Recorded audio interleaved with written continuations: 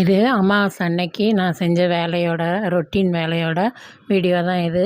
Post பண்ணணும்னு நினைக்கிறேன். வேலை வந்துகிட்டே இருக்குது, என்னால் பண்ண முடியல. முதல்ல காலையில் எழுந்திரிச்ச உடனே வீடெல்லாம் சுத்தம் பண்ணி மாப் போட்டு எல்லாம் தொடச்சி எடுத்துட்டு, அதுக்கப்புறம் விளக்கெல்லாம் எடுத்து ஊற வச்சுட்டு அடுப்பெல்லாம் தொடச்சி நல்லா நீட்டாக பண்ணிவிட்டு அதுக்கப்புறம் தான் சமையலுக்கு போனோம். 2 பேருமே தான் செய்வோம். இருந்தால் கூட அவ்வளோ நேரம் ஆயிடுது. அதுக்கப்புறமா விளக்கெல்லாம் நல்லா போட்டு தேய்ச்சி எடுத்துட்டு அதுக்கப்புறம் அவங்க பொட்டு வச்சு கொடுத்தாங்க.